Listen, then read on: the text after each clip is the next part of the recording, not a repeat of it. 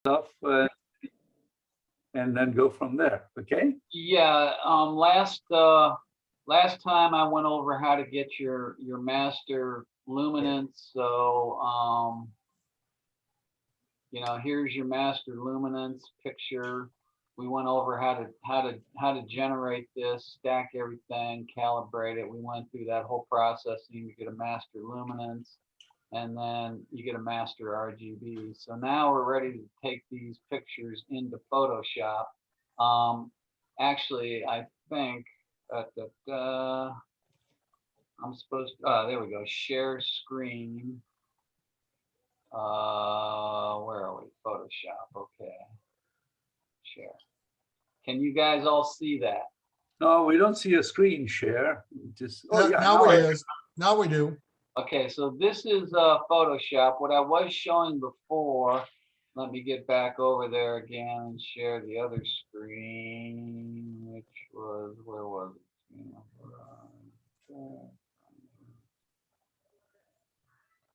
Where did it go? Photoshop.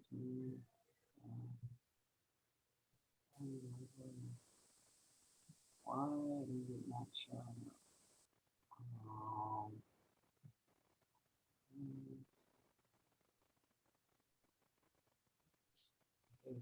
So I'm supposed to, if I share screen and share, can you see M51, right? Yep. And can you see this screen now? It looks like PixInsight. Yes, with the histograms.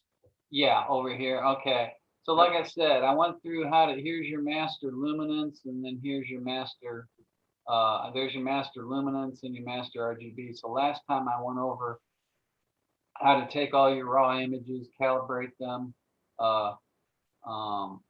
and register them, and integrate them into the masters. So we have a master luminance and a master RGB, and we're going to take that over into Photoshop. So here's my master luminance and here's the master RGB. So that's where we're at, and I'm going to show you some of the processing techniques that I take once I have my masters. So if you zoom in here. So, Bernard, then yeah. Is the luminance just a layer then that you have? Well, it's a separate picture right now. I just imported these. Oh, okay, yeah, I see it. Yep. So yep. I output them from PixInsight in TIFF format. So here's my master luminance TIFF and my master RGB TIFF. Got it. Yep. So I open those up, and let me see. There we go. Let me get this thing on the one. So I'm going to zoom in here, and now this is sometimes over in PixInsight, I find their masking utilities to not be quite as powerful as Photoshop. So this is your luminance, and the first problem with it is it's just overexposed. I don't know if you can tell here, but it's just very bright. And yes. Whenever you slap, a matter of fact, let me see, if I do Control A and Control C and take this over here and zoom in here and just put this on top and change it to luminosity, look how faint that is, right? So if I turn this off, there's my color. And when I put something like that on, it washes the color out. Everything is very pale. Right. So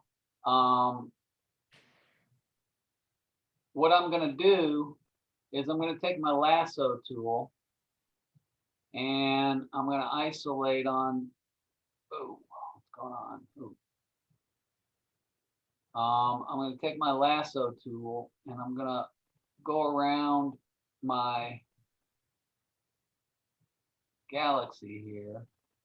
And if you do select, modify, feather, or you can do Shift F6 and it brings up this feather. And I think this was, what was this? Let me see, let's try 85. No, okay. How about 200?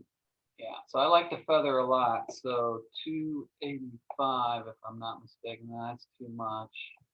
And a dumb question then, Bernard, when you feather, does that create a kind of a fuzzy region around the border that you've done? It creates a It's kind of- gradient. Yeah, it's a gradual gradient, so you don't have any sharp edges. Yeah, got it. Okay, so here you have your marching ants. So here's my lasso, and I feather it a lot. So I feather it a lot. If you do Control H, as in Henry, it makes the marching ants go away. So Control H will, you can, back and forth. So I turn those off, and then I do image adjustments and curves, or you can do Control M, as in Michael. Mhm. And then I take this curve here in the center and just pull it down, and you see what happens. Yeah. So what I like to do, rather than just pull it, way down, okay, is I usually go about one square here, and then I do Control M again, and I'll do another square. So I do iterations of these. Let me see. Okay, Control M. I think we're getting pretty close. So what you want is a nice black and white image. So you can see here, if I zoom in just a little more, there's detail there, but everything's gray, right? So we went from this overexposed to like here, which is, let's see, if I was here, maybe there, maybe there. So somewhere in there where you're looking at a pleasing gray image, okay? Then you do select and deselect that. And I'm going to draw something right around this core, because, and I think it's like 25, no, more than that, 35. Okay, we'll call that. Okay. And so again, that's select, modify, feather, or you can just do Shift F6, and that brings up the feather tool, and you put a value in here. And when you get it the way you like it, you do Control H to get rid of the dancing ants. And if I zoom in here and do Control M, as in Michael again, to bring up curves, and pull this down, okay, and I'm going to do this several times. I don't know if you can see that, but maybe one more time here.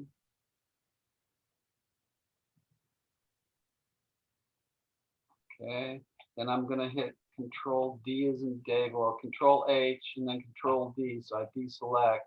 I'm going to put another thing right around here and feather that about maybe 20. Yeah. And again, just pull this down. Control M. Keep pulling it down to about there. Okay, so we went from there. Now, do you see how white that is? And look how much detail we now pulled out of that. Okay, Yeah. so now what you have is a very pleasing gray. What you want is a black and white image that you would post. Okay, hey, this is black and white. It looks good. It's not overexposed. There's a lot of detail here, and the spiral arms, and looks real good. The only other thing you might want to do is come up here and lasso this thing, and do this about, and this out of the way, and the same thing, just pull that down, maybe not quite that much. Right about there, there's just, again, some detail that you can see here. from there to there, it just brings out a little bit more of these dust lanes. So So- another question, Uh-huh. would you get anything similar if you varied the opacity of the luminous layer? Well, the problem is that you're dimming detail. All of your detail and depth comes from your luminance. And so when you know, I don't like doing that. Because you can see, look at these spiral arms, look at all these dust lanes, right? See all the detail? Yeah, And you know, if I come down here, well, you can't really do it, but you know, doing it by 50%, just no, that doesn't do anything. Never mind. yeah, no, I see that, yeah. You know, Yeah. you lose that. You lose some of that if you put that bright one on top of the color and make your opacity 50%. I don't think you get quite as good a result. And I'll show you a different way to do that. Because when you do put this on the color, you'll see the color's a little bit washed out. And I'll show you ways to boost it without introducing a lot of noise. So we're going to call this good. One last thing I do is Control L for levels. And, you know, this looks pretty good. Maybe one or two. Click OK, get a nice background. So here's my luminance. And this, I would probably save this as just a file that says, okay, I brought my raw luminance in, and then I, you know, do file, save as, and I did this once before, so whatever, I'll just do underscore Photoshop 2. So this is my second Photoshop.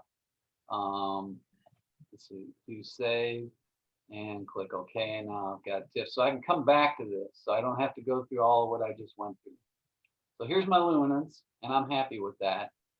Well, I'm happy at this point. Now, the next thing I'm going to do is bring out even more of the detail. And what I do is I take, click and hold, and drag this down to this little icon here at the bottom, and it creates a layer. And I do that 3 times.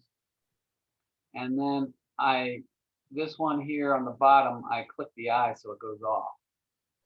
And I come up to this one, and I do filter, other, high pass. And I usually start, I want to do large scale things here. So somewhere around 25. And you know, So what does high pass filter do? it brings out more detail. It makes stuff that's lighter and darker. So it brings out contrast and Okay. stuff like that. So it's just, you'll see here.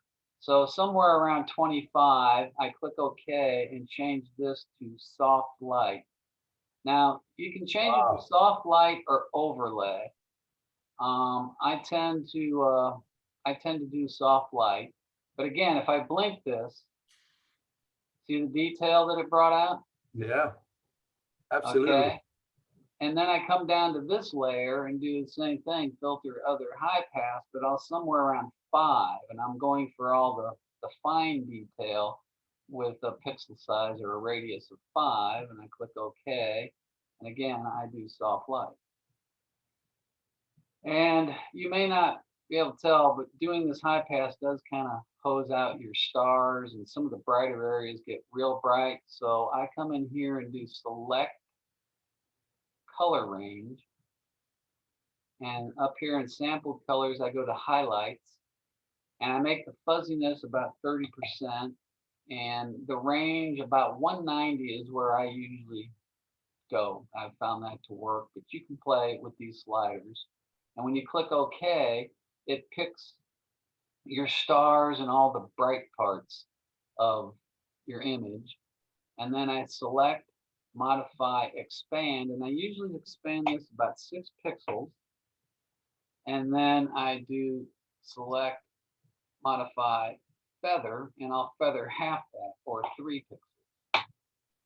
So I then come up here and highlight this, and I do edit, cut.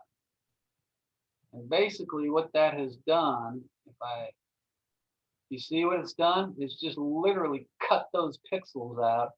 So all you're seeing is what's below Yep. And then I will select this one here and do select, reselect. And the other way to do edit cut is just Control X. And then I do layer, merge visible.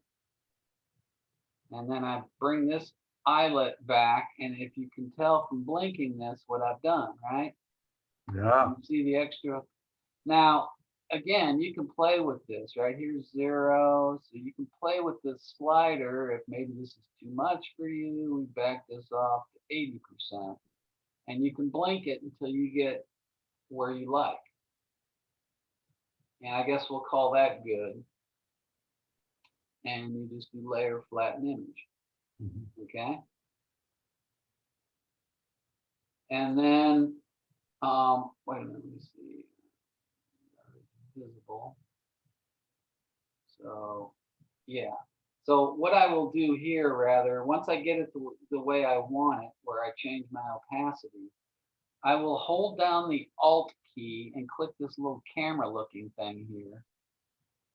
And that creates a mask that's all black. So you can't see what I've just done. And I'll come over here to my paintbrush. I'll make sure the color is white. And if you remember, white reveals and black conceals.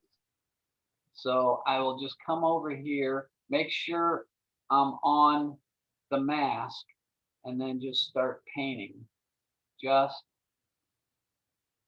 the galaxy. Okay. And if I hold down the Alt key and click on this mask, this is what I've just done. And you can see I've put a little feather into that. This is what the feather does. I mean, it just makes it fuzzy, so you don't get those hard edges when you do stuff like that. Now, the reason I did this is that high pass filter, if you look at it, it will introduce noise into the background.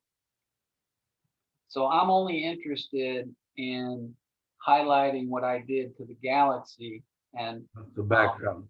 the background is done. Now, the other thing you might do is it does do a number, these high pass filters can do a number on the stars.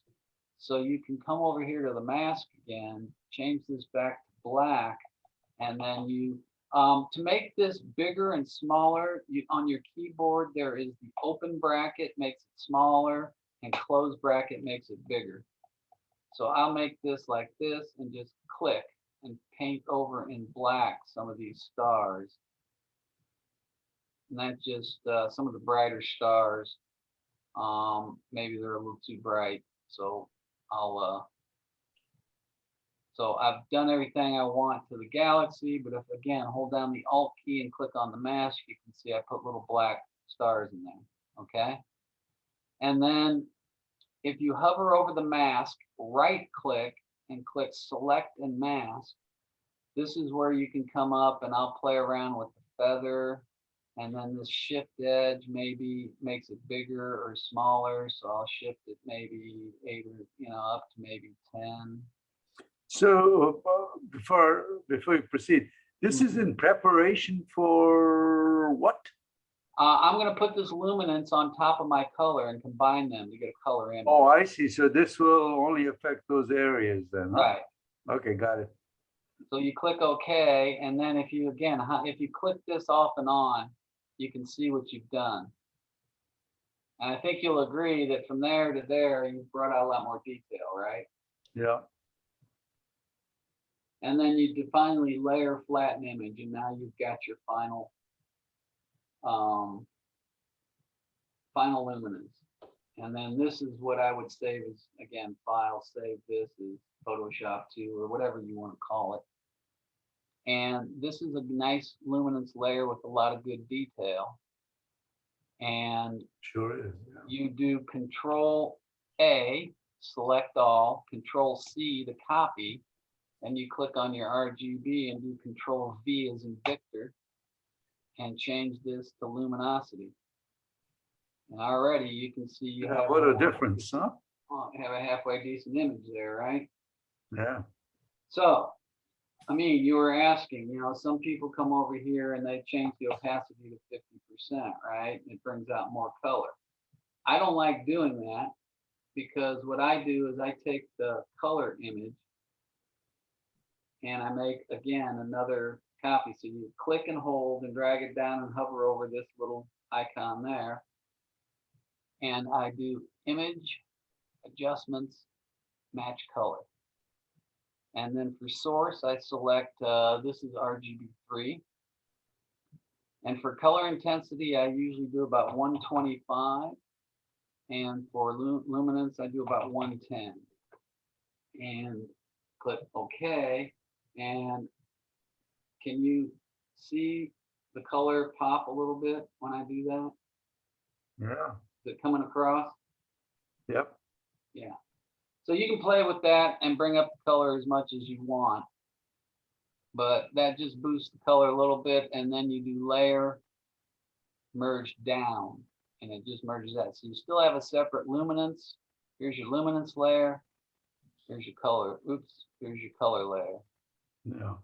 So the other thing I'll do sometimes is I'll look at these stars and I'll click the luminance. Now you see how the stars got bigger?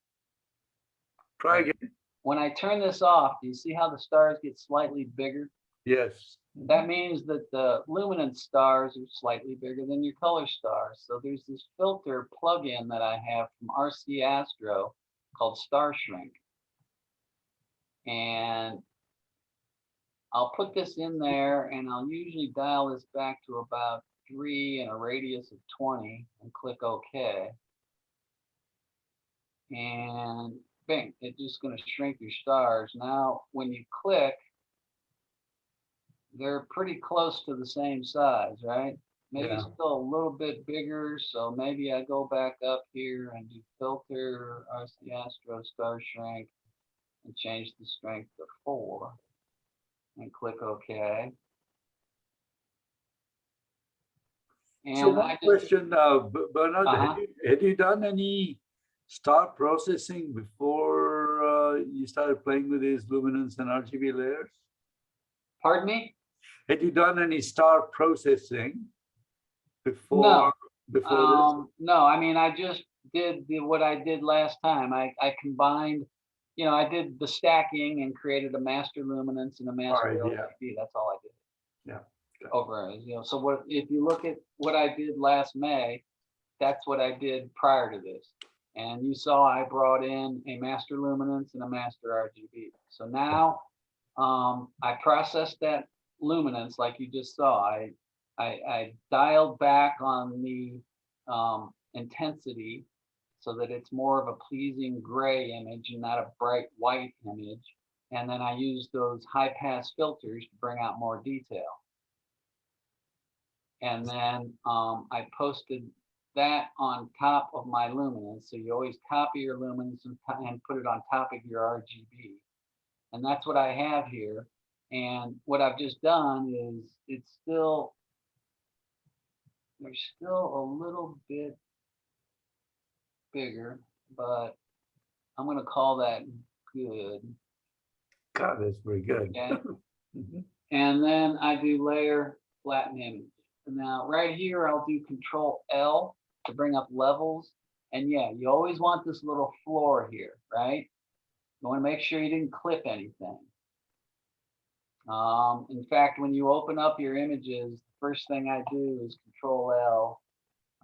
Now there is a little bit of clipping here, but that's because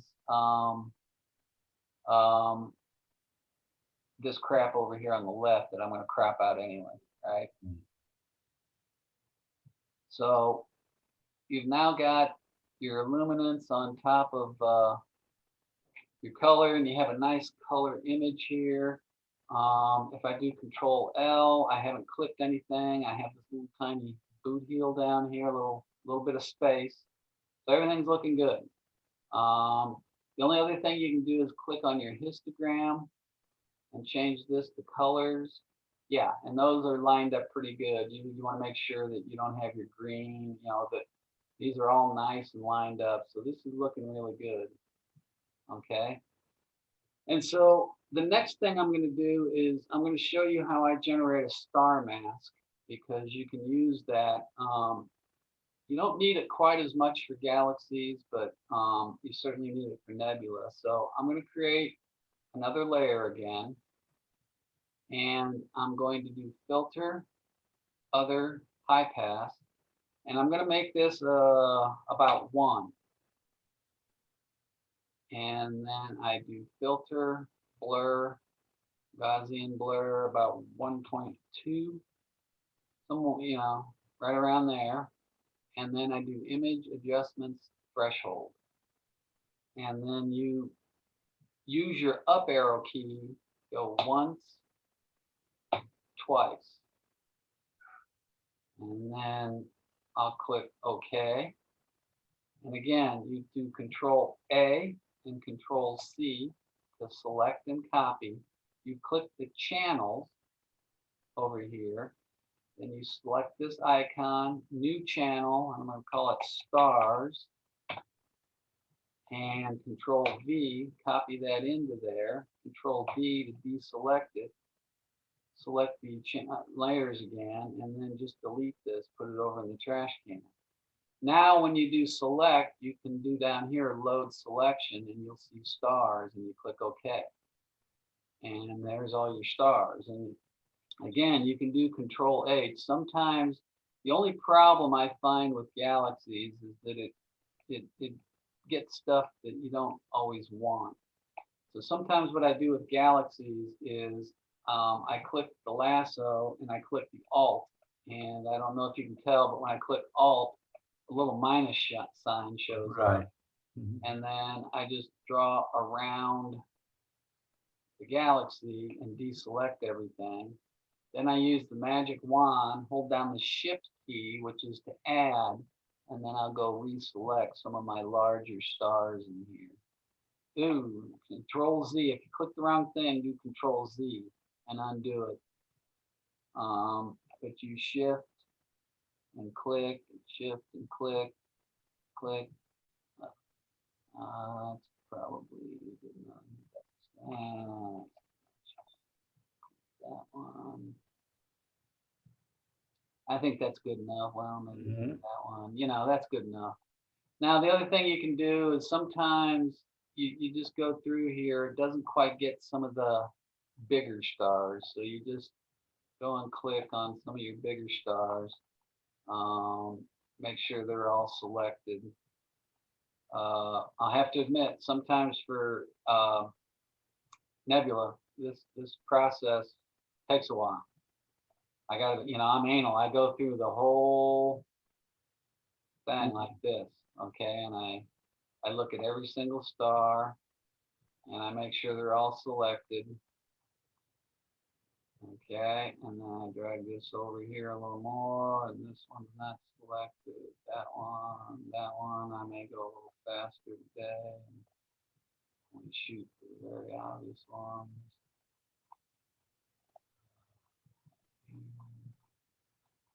And the purpose of the star mask, I'm sorry, I'm a little dim here. You'll see. Okay.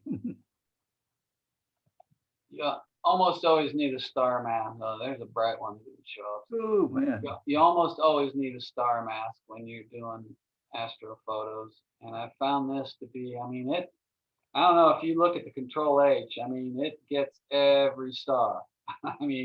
Just about every star. It doesn't miss much, which is why I like it.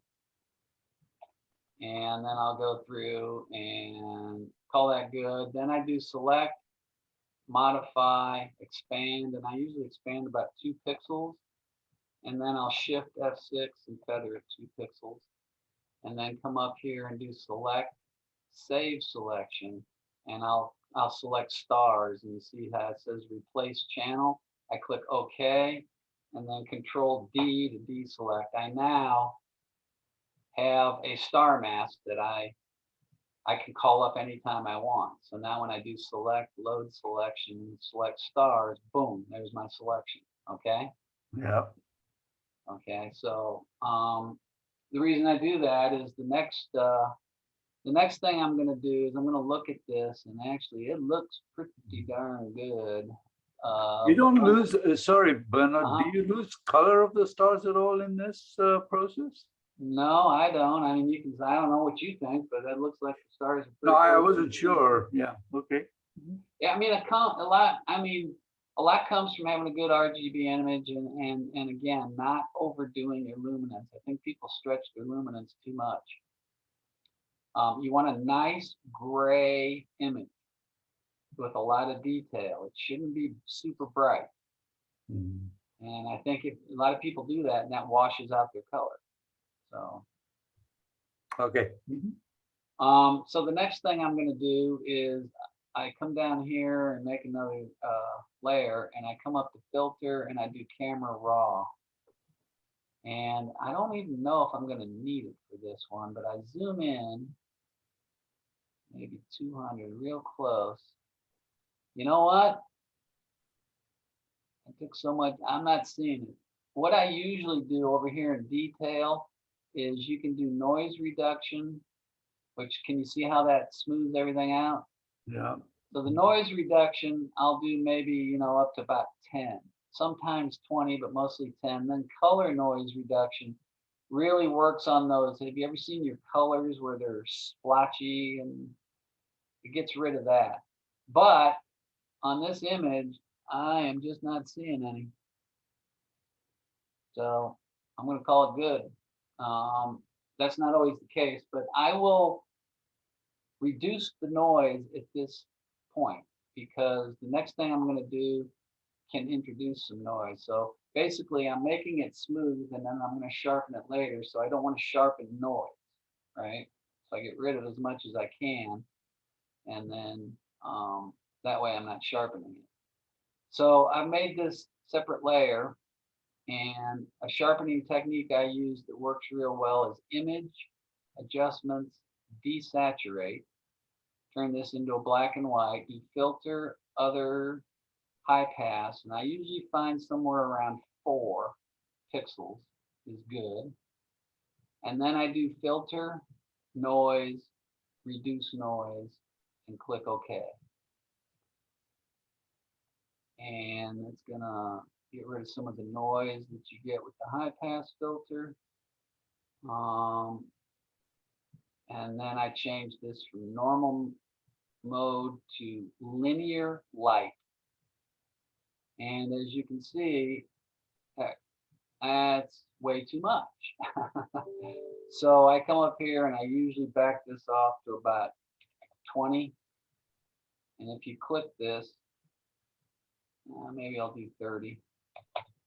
Somewhere between 20 and 30. Can you see it just pop a little bit more? Yeah. Yeah.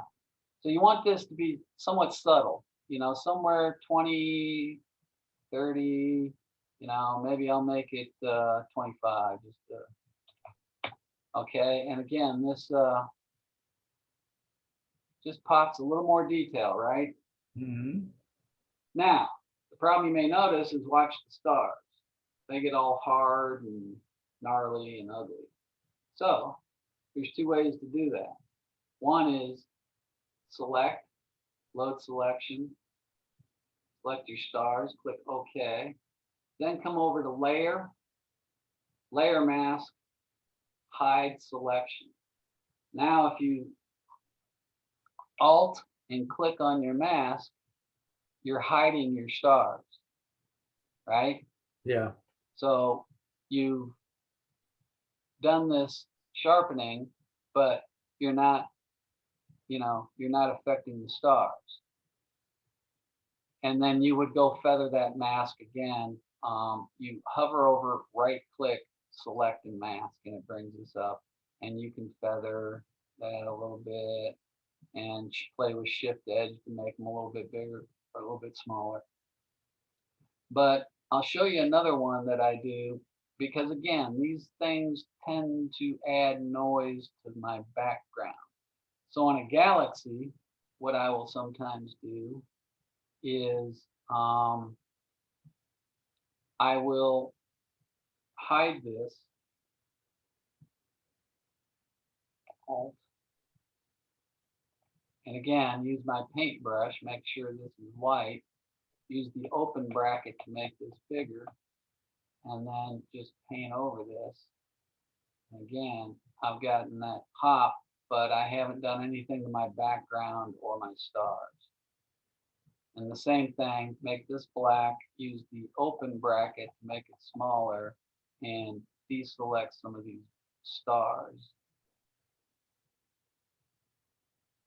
Now you can get away with this, doing it this way with galaxies, because right, there's only the central thing is all you care about. And so now you've done that sharpening just on the galaxy, okay? And you haven't touched any of your stars or any of the background. And the same thing, hover over, right click, select and mask, and you can feather this a little bit more. You can shift the edge maybe a little bit. Click OK, and then layer, flatten image. So we went from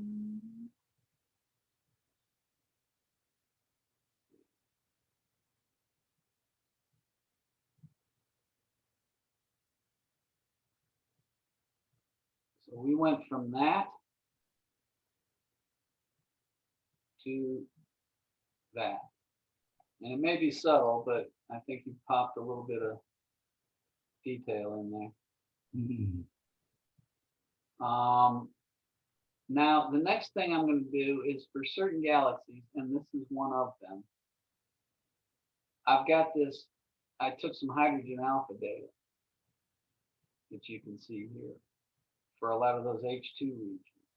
So if I do Control A and Control C to copy and select and copy that, and come back over here and do Control V, I paste this onto my image.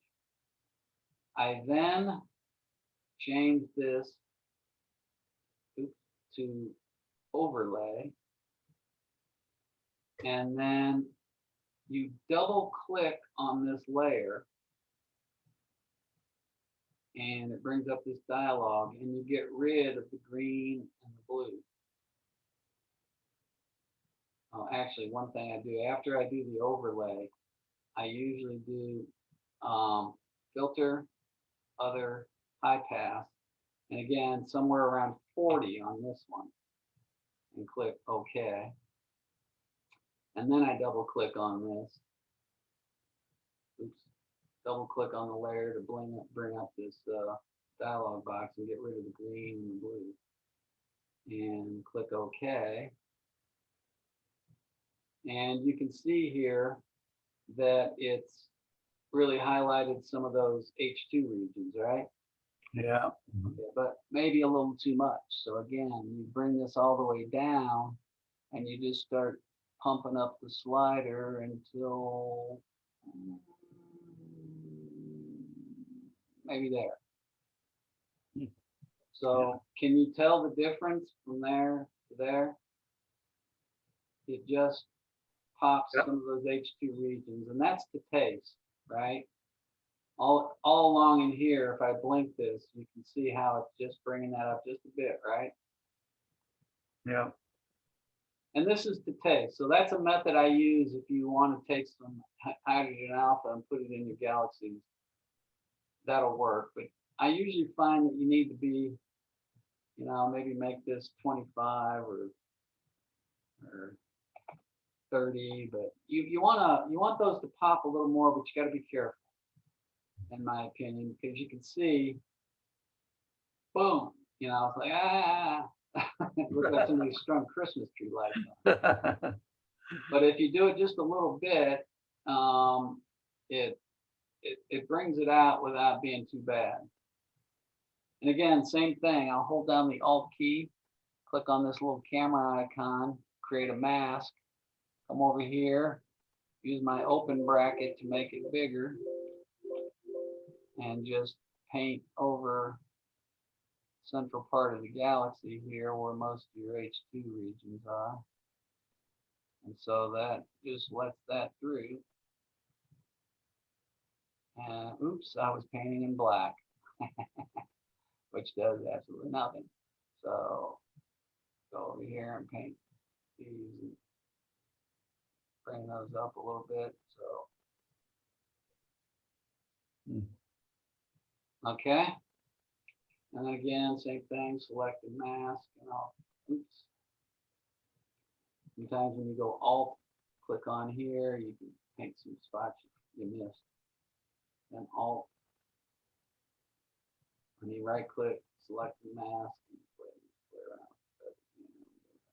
Feather it a little bit more, layer, flatten image. Okay. Then another thing I'll do is make another layer, filter, camera raw. And I'll come up to this basic menu and down here to clarity, and I usually make this about 50. Click OK. And you can see that's way too much.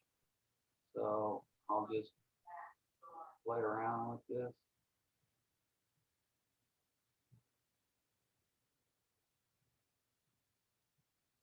You see it just kind of pops the contrast. And again, this is the taste.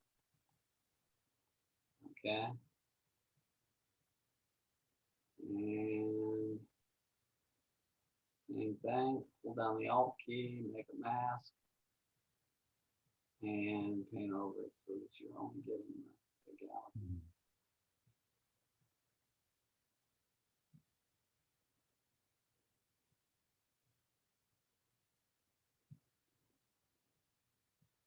Can you see that subtle little,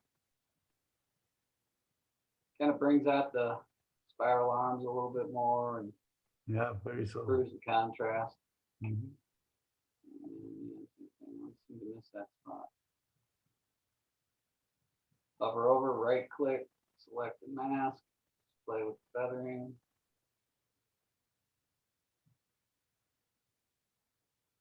And layer, flatten image. And then one last thing I play with, sometimes I do it, sometimes I don't. I do this filter, focus magic. Again, you can Google focus magic and fix out of focus blur. And you click on the galaxy and you come over here to where it says detect. Change it to 7 and you click OK. So what does it do, the focus magic? Well, when it's done, you'll see. See Yeah. how it brings out detail, but it doesn't too much. So you back off the opacity and you just dial this up right about maybe there. And can you see it just pops a little bit? Can you see in the central core how it's a little blurry and it just crispens it up? Mm-hmm. Again, these are all subtle and they come out more at you when you're sitting in front rather than on Zoom, but trust me. And again, you play with those sliders and just do as much or as little as you want. Mm-hmm. And again, with galaxies, I always put the mask on and then just draw over the galaxy because that's all I'm interested in is the galaxy.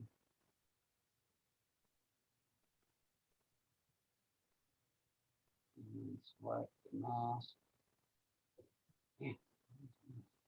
Oh, yeah. Mask. And just for something like this, I'll just, when it starts to feather, I'll click OK, layer, flatten image. And then, I don't know what I did over here. Somewhere, oh, I probably did my brush tool.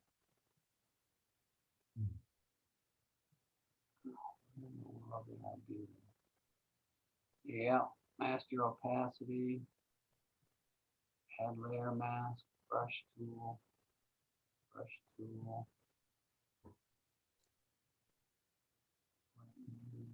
don't know. Oh, there it is, brush tool. So I'd have to be, I brushed I did the brush tool on the wrong thing. So I need to get rid of that by, let me see, I did the camera raw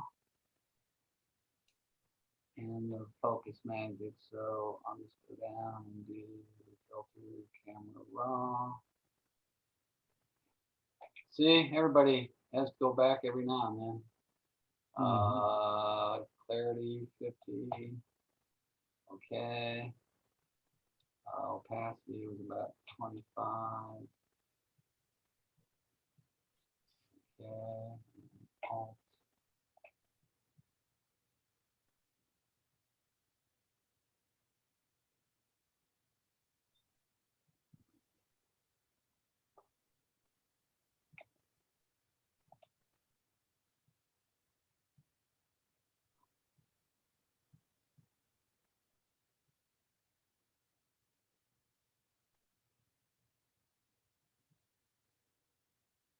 Yeah.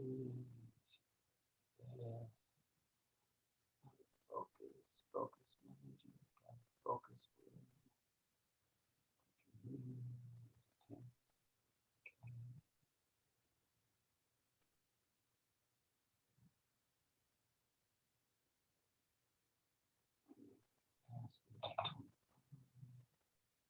So you basically have to delete all that history subsequent to that. Yeah, you just gotta go back and do it over. Yeah. Happens to us all. You don't get out of this, you know. I tell you, I've spent 2-3 hours on an image and figure out I screwed something up in step 3 and just, pretty much start over.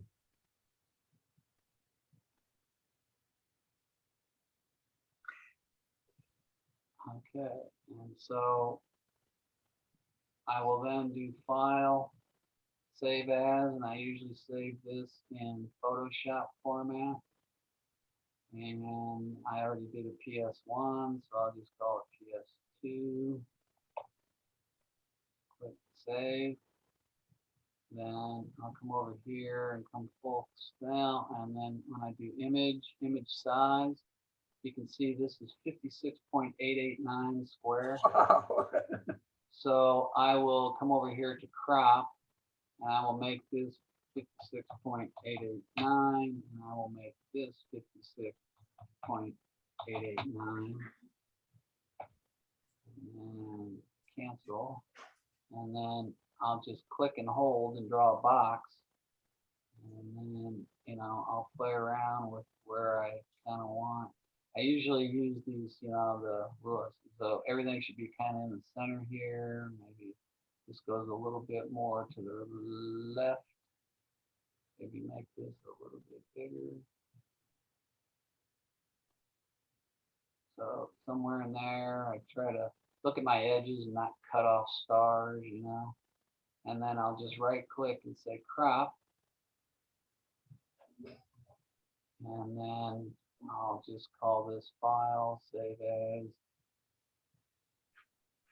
PS2 underscore crop, or whatever you want to call it. And there's an image. So let's see what I did. I did file, open. I was practicing on this PS1 crop.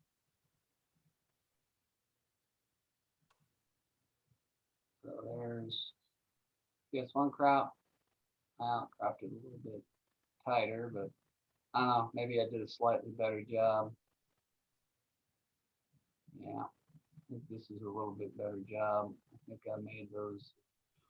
One thing you can do when you come in here is you can, I can come in here and I can do Control U and select the red and play with saturation. Maybe back that saturation off.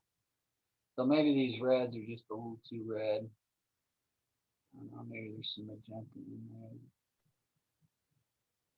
Maybe not.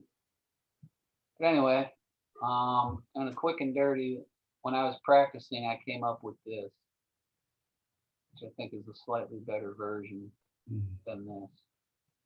But I think they're both okay. Pretty good. I'd be proud of it. Yeah, so that's it. I might play with this one a little more. I think I kind of overdid some of the sharpening because I wanted to make sure you could see it. but that's kind of, I mean, I'll do the same thing for Nebula. Those star masks come in handy with Nebula.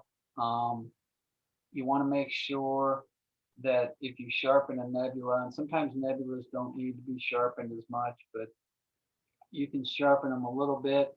And that's where you need the star mask, because you want to sharpen the nebula, but not mess with the stars. So you use that technique of loading the stars. And the good thing is, once you crop, you can do select, load, selection, and select star, and it crops the star mask too. And again, remember, you do layer mask, so you can do hide selection or reveal selection. Mm-hmm. So if you reveal selection, you're only looking at the stars now, and you can do that image adjustments. Oops, gotta go on this thing. You do image adjustments, that match color that I showed you. Mm-hmm. This is PS2 crop. Watch what happens to the stars. So you can make the color intensity. Are you seeing that? Sorry about that. Go back. Can you? I'm exaggerating here, but can you see the stars? You're getting a little bit more saturation, a little more color. Yeah. And that's because I did that match color, but I'm only doing it on the stars. So that's a way to increase your star color.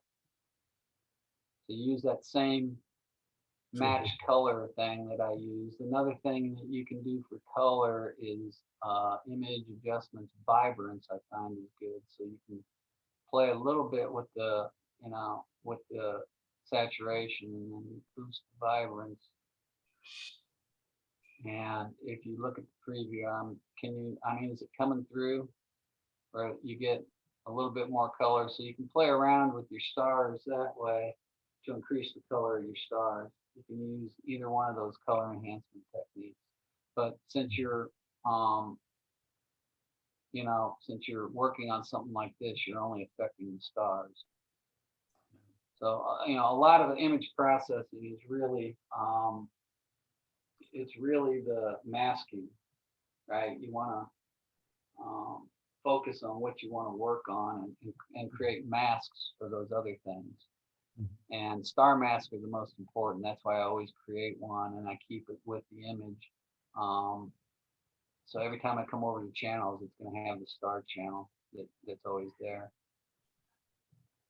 Do you ever use, I see that you use a lot of masking techniques. Mm-hmm. Do you ever use masking also for noise reduction in nebulas? Not usually, other than the sense of, again, sometimes you'll want to sharpen parts of a nebula.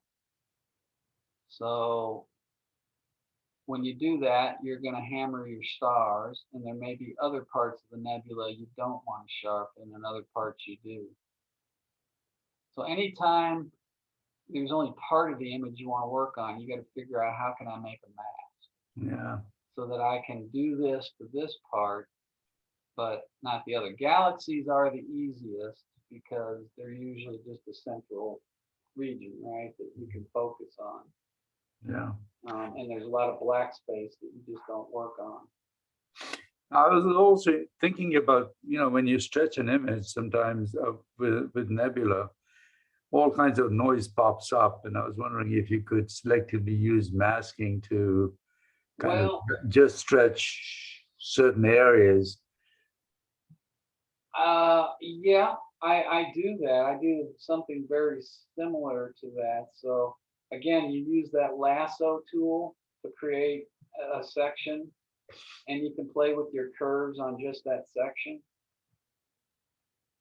So let me see. I don't know if I have a nebula, but if I go back to the beginning of here, you can imagine, here's what I started with. Well, I created this lasso, right? Right. and then I feathered the lasso, and then I did my curves, and I'm only working on A the small section, yeah. that section. Well, you can do the same thing with a. I mean, I'm pulling things down, right? Yeah. But you can do the opposite. You can have something in your curves can pull things up, right? Yeah. You can enhance a certain part. Now, I did something here. Here's my layers, and I did something I don't normally like to do. Is I just usually what I like to do is I like to create a background. I like to make a layer and work on the layer. Here, I just did everything right to the image, which I don't normally do. Hmm. But everything I'm doing here, where I, deselect and then save. So that's levels, and then I save that. So you can go the other way. So once I have something like this, I did my duplicate layer, and I did everything, and I did all my brush tool, and I got down to here as my final image. I mean, you can always, whatever, you can come over here and decide, wow, maybe there's some detail over here I want to bring out. Hmm. And you can shift 16, 20. I can do Control M, and I can pull these up like Right. that. Hmm. Right? So if you look at that, I kind of brought the shadow out, right? Yep. And click OK. And so maybe that's a little better because I brought this up a little bit. So yeah, so you can do the same thing with Nebula the same way, right? Use the lasso tool to highlight a region, feather it, and then you can do your curves and levels and stuff on just that region. Yeah.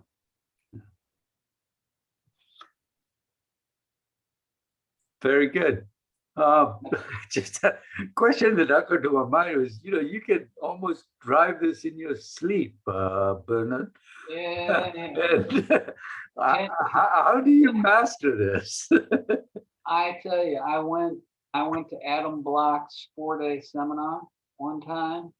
I've been to the Fix Insight by Warren Keller. I've bought I don't know how many books about image processing and trial and error, and probably 1,000 different pictures I've processed by now over the last 12 years. It's been now 10 or 12. I think I started my current observatory in 2010, so it's been about 11 years. I was processing some one-shot color and stuff like that prior to that. But I would recommend everybody spends a lot of money on this hobby. Adam Block and Warren Keller, if you search the web for people like what's his name? I have some tutorials I found by Ken Crawford. I mean, you can search for just ask, a guy. Adam Block's got a website, costs some money, but he's got everything you want to know about Photoshop. You pick up these techniques, and then you just end up working with them. And I have a flow that kind of works for me. It uses Insight, and it uses Photoshop. I never got away from Photoshop. I think the masking in Photoshop is so much easier than it is in Fix Insight that I can't deal. I just can't spend 5 years trying to master mask over there because you're so easy in Photoshop. Just draw a freaking picture with a lasso, or they have a circle one. You can just create a circle and you're done. I mean, it's 3 seconds versus an hour and a half trying to find a decent mask. Oh, is that right? Wow. I have spent 30 minutes trying to get a decent mask over there, a complex one. And I just got to a point where it's like, I can't deal with it. It's just too much work when I know there's a way over. I mean, I don't mind learning new things, but take 3 times as long to do the same things I can do over here. That doesn't make any sense. Yeah. So it's very good at doing the stacking and creating your master frames, and it's got some good noise reduction that you can do on your masters. But I just found PixInsight is too many knobs and bells and whistles to try and really, I mean, you just have to immerse yourself for years to get good at it.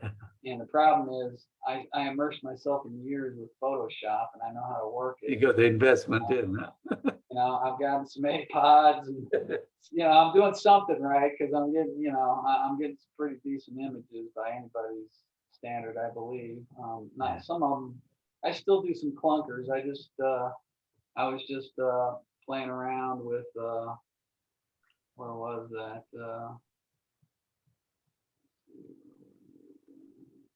I was, Well, you know, most of us are scratching the surface here with Photoshop. yeah, am I still sharing or not? No, you're not. Yeah, so let me go to share screen. And I mean, I just spent a couple hours on this. And it's okay, but I'm probably gonna throw it away and start over. The dolphin nebula. That reminds me, you put a picture out there with the squid nebula not Yeah. too long ago with a flying bat. Yeah. That image was taken in Spain, is that correct? Did you? Yeah, I subscribe to Telescope Live. And it's only $50 a month, and they give these things called one-click. Let's see if I can find it. 129, yeah, that's it. They do these one-click. You get about an hour's worth of data a night on all kinds of different images. This one, they also give you some pro data sets. Now, this one came with hours and hours of integration. I forget, like 30 hours of integration or more. They may have just done 30 hours on the O3. So this is a narrowband, hydrogen, and O3. After seeing your image, I spent 2 nights, thanks to you, Bernard, to try and image this thing and got zilch.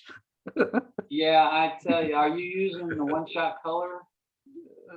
Yes. Yeah. Well, the one-shot colors quantum efficiency is really low. I mean, you're going to have to shoot 30 to 40 hours to figure it out. Let me see if I can. I spent about 10 hours and it was like, oh, but it was so beautiful. I mean, that squid looks really amazing. Yeah, so if you look at this, if you bring up one of these O3s, hopefully it's not one of the bad ones. There was quite a few. So if you look at it, this is a single shot of the squid. Oh my goodness. Yeah, you see that? Yeah. I mean, if I bring this up, that's a single 10-minute shot. So you got to do quite a bit of collection to get some. I think they did 30 hours just in this channel. Yeah. And I think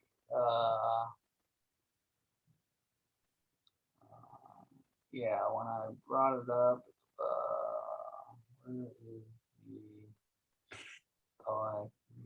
yeah. So I should have read the details of your capture before I. So here is just this is my master O3. That's like 30 hours integrated. Yeah. So again, this would be something in Photoshop, and I think that's what I did. So if I can file open.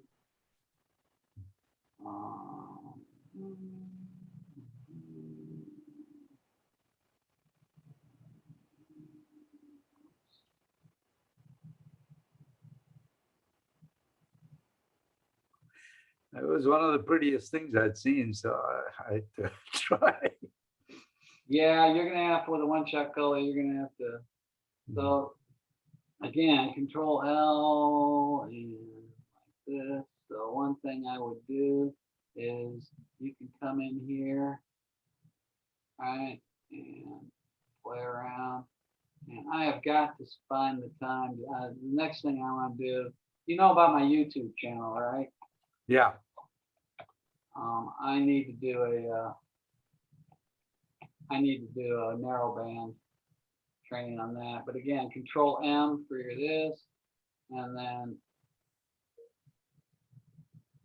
right, you can do something like that, just to bring that out. So you go from there to your levels, and then you bring that out a little bit. Now you can come back in here in this central area here. So yeah, you can play around with stuff like this, and I don't know. And you can pull that central area a little bit back down. So,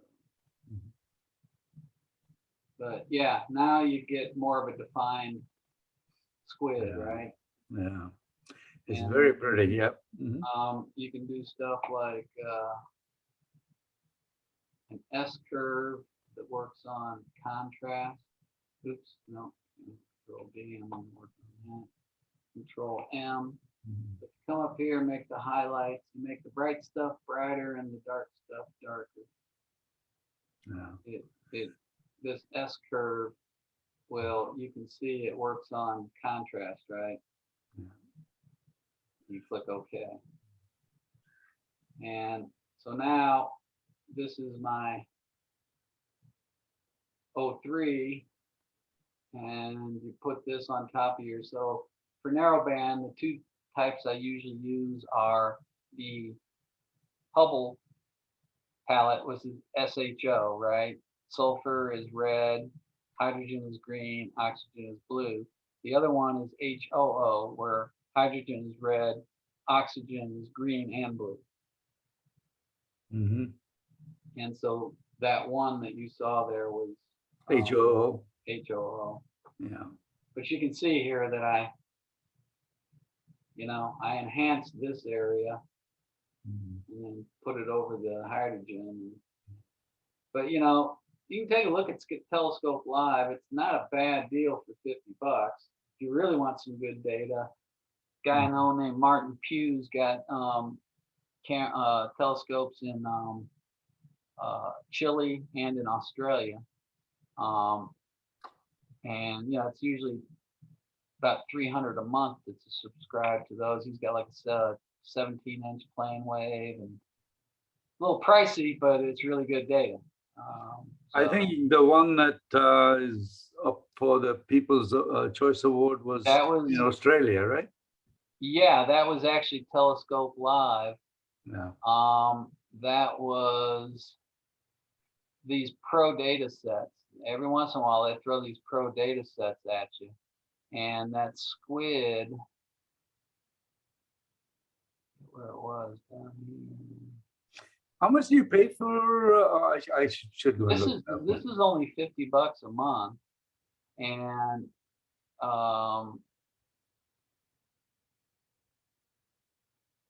yeah, here it is.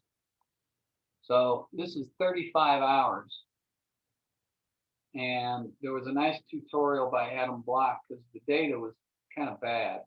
You had to jump through some hoops to clean it up. But this is the raw data. But it's a 35-hour data set you can play with. Yeah. This is, here's GUM 15, 19 hours, 19 and a half hours of integration. So for $50 a month, you get access to these pro data sets. And if you want to, they even have planetary if you want to do that. And then these one-click observations, if you look at my pending observations, these are all the objects that, and they usually do about an hour a night. So, when you're done, I just got about an hour's worth of the Eagle, or the Swan rather. Eagle Nebula. Oh, let me see.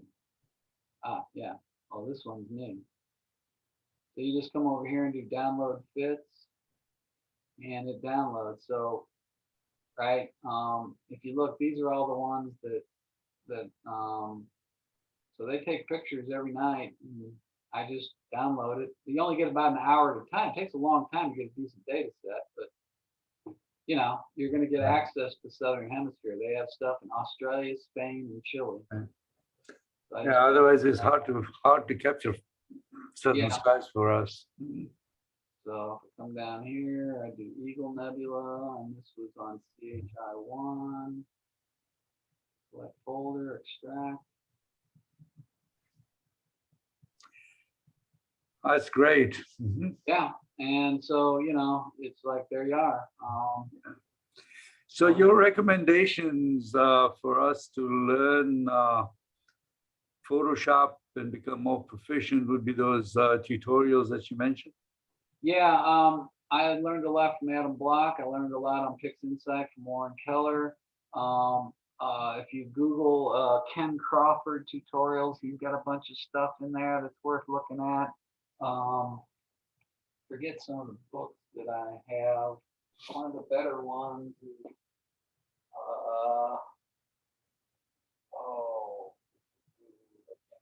can't find it. Yeah, Inside PixInsight. Lessons from the Masters. There's a book you can find. Robert Gendler, he's another guy. You can search him and see if he's got stuff. But there's a book. I don't know if you can see that. Lessons from the Masters. Yeah. And it's a good book. It's got all different kinds. That's where I learned to match color and some of my color enhancing techniques. So it's like, just search the web. This was a decent that's what one, most of color. the, I would recommend if you're interested. He does seminars sometimes that are worth it. This one, he may have an updated one. It's a little bit dated, but still useful. Lessons from the Masters. You can do. I do that. This is just. I got this, the 100 best astrophotography targets. That was fun because they gave me some ideas, but I don't know if you need that one that much anymore. But yeah, those are some of the places where I got mine, and then you just, play with it. Huh?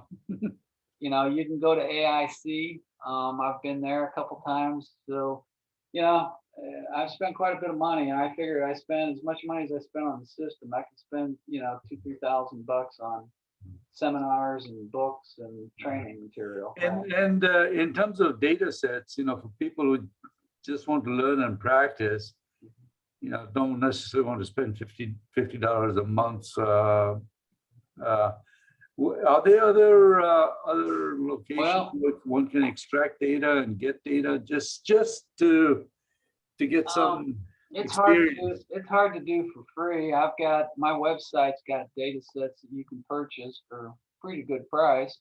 There are data sets like M51 is one of them that's like $50. You get the entire data set. Or I think there's one I give you free. You can go to my website and pull it down. I think it's a cluster, globular cluster. But it's hard to get data sets like that for free. This is for folks who just want to learn and well, like I said, go to my website and pull down M12. You can play with that. It's free. I'll give it to you. You can play around with it. But yeah, I mean, it takes a lot to get data sets. Somebody, Martin Pugh, P-U-G-H, he sells both data sets and subscriptions. But I do believe he has like some data, 1 or 2 free data sets you can download. Bernard, there's a question. What is your website URL? Can you just azstarman.net.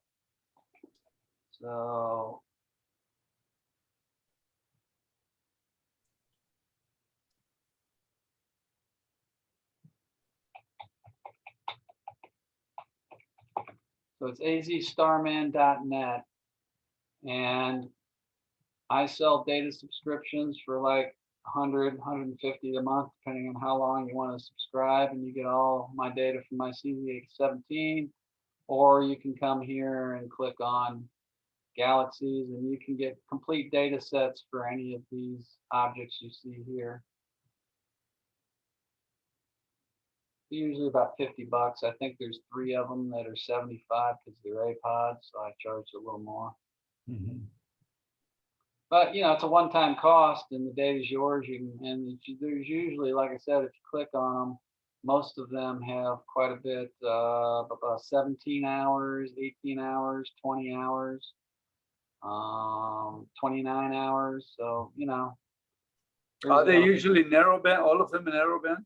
No. If you go to here, I have galaxies, nebula, clusters, and narrowband. So you can, you know, Oh, okay. you can go to narrowband. I've got several narrowband data sets that you can download.